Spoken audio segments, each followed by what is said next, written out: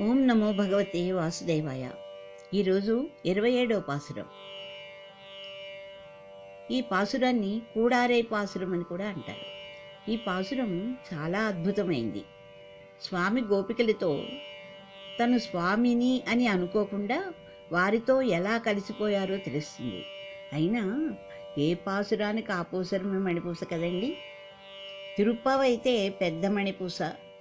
ఏదైనా వాటి గురించి వివరంగా తెలుసుకుంటేనే కదా దాని గొప్పదనం మనకి తెలిసేది. తిరుప్పావై ఒక పెద్ద ప్రబంధం. పైకి ఏదో గోపికలు కృష్ణుడు అని ఏదో అనుకుంటాం, కానీ తిరుప్పావైలో ఎంతో విలువైన విషయాలు తెలుస్తున్నాయి. క్రిందటి పాసురంలో స్వామి యొక్క ఆశ్రిత వ్యామోహాన్ని కీర్తించి వ్రతమును చేయటానికి కావలసిన పరికరాలన్నిటినీ అర్థించారు గోపికలు. గోపికలు కోరిన పరికరాలన్నీ స్వామితో విడదీయరానివే, అనగా ఆ పరికరాలలోని గూఢార్థం స్వామి తనతోనే ఉండాలని ధ్వనించే విధంగా గోపికలు చాలా చాతుర్యంతో వ్యవహరించారు. అనగా స్వామి గోపికలను సంపూర్ణంగా కటాక్షించాలని కోరారు వారు.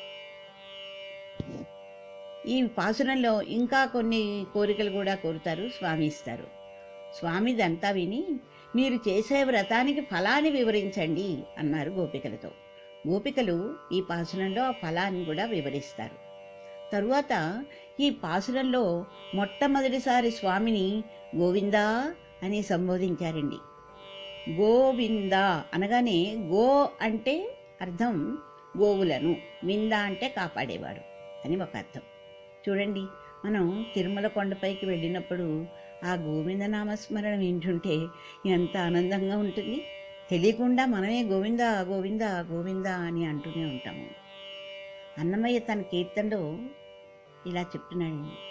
గోవిందా గోవిందా గోవిందా గోవిందా గోవిందా గోవిందా గోవిందా గోవిందా గోవింద గోవిందయని కొలువరే, గోవిందాయని కొలువరే. శ్రీనివాస గోవింద, వెంకటరమణ గోవింద, గోవింద హరి గోవింద, గోకుల నందన గోవింద. చూడండి ఎంత బాగా ఆయన రచించారు. అలా పాడుకుంటున్న కొద్దీ పాడుకోవాలనే అనిపిస్తుంది ఆ గోవిందానామంతో. అయితే కొంతమంది ఏం చేస్తారంటే ఈ గోవింద అనే పదాన్ని వెటకారంగా ఉపయోగిస్తారు. పాపం వాళ్ళకి తెలియక. ఏమంటే ఏమైనా డబ్బులు పోగొట్టుకున్నారనుకోండి, లేకపోతే ఏదైనా పరీక్ష పోయినా, లేకపోతే ఎవరికైనా పైసలు ఇచ్చినా ఇవ్వని వాళ్ళు ఇస్తే, సరే నీ పని గోవింద, ఇంకా నీకు వచ్చినట్టే అని చెప్పంటారేమో. అది చాలా మహాపాపం. ఎంత మహాపాపం అంటే వారు గోవింద అనే పదానికి అర్థం తెలియక వాడుతున్నారనమాట. మహాపాపం. అలా ఎవరు ఉపయోగించకూడదు. తర్వాత ఈ పాసురాన్ని కూడారై పాసురం అని అంటున్నాం కదా. ఈ కూడారై ఏమిటి, పాయసం ఏంటి అంటే స్వామివారిని అడుగుతున్నారనమాట వాళ్ళు. కూడారై పాయసం అంటే అసలు అది ఎలా తయారు చేస్తారో కూడా చెప్తున్నారు. చిక్కడి పాలలో బియ్యాన్ని ఉడికించాలండి. ఉడికించాక చక్కగా అందులో బెల్లం కానీ చక్కెర కానీ వేసి, జీడిపప్పు బాదం పప్పు ఇంకా సుగంధ ద్రవ్యాలు ఎన్ని, పచ్చకర్పూరం ఇవన్నీ వేసి తయారు చేసినటువంటి పాయసాన్ని కూడారై అంటారనమాట. అదేంటంటే వాళ్ళు స్వామిని తమతో కలిపి తాగమంటున్నారనమాట. అది స్వామిని తాగమంటున్నారు. ఎలా తాగాలట మళ్ళీ అది ఇలా గ్లాసులో పోసుకు తాగటం కాదు, చక్క చేత్తో జుర్రుకుని తాగాలటండి. ఆ జుర్రుకుంటుంటే ఆ పాయసం అంతా కూడా మోచేది మీదకి జారాలట. అది ఎలా ఉండాలట, నెయ్యి కారుతూ ఉండాలంటే అంత నెయ్యి వేయాలన్నమాట.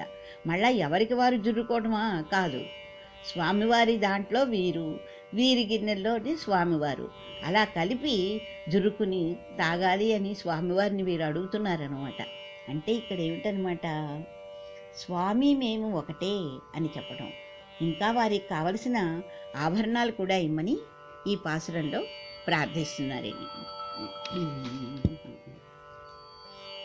ఈ పాసురం చదువుతున్నాను.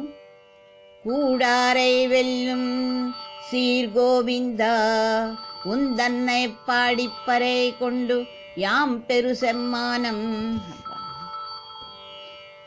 நாடு புகழும் பரிசினால் நன்றாக சூடகமே தோள்வளையே தோடே செவிப்பூ யாமணிஹோம் பாடகமே என்றனை பல்கலனும் ஆடையுடுப்போம் அதன் பின்னே பால் சோறு மூடா நெய் பெய்து முளிங்கை వళివార కూడి ఇరుందు కుళిర్ందేలోరెంబావాయ్.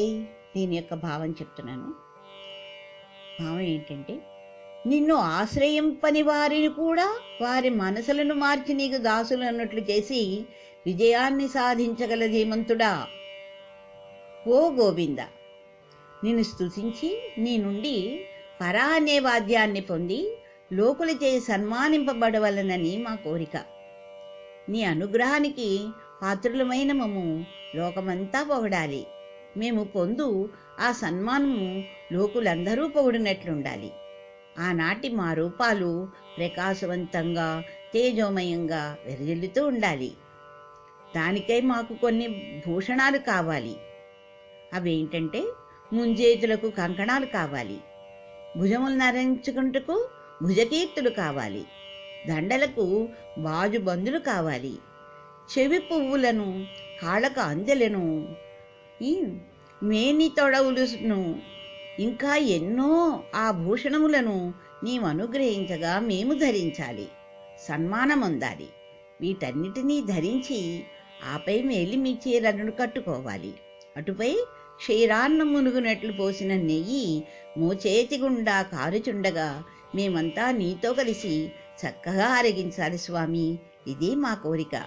ఇట్లయినా మా వ్రతము మంగళప్రదమైనట్లే అని చెప్పి వివరిస్తున్నారు గోపికలు ఆండాళ్ళు కలిపి.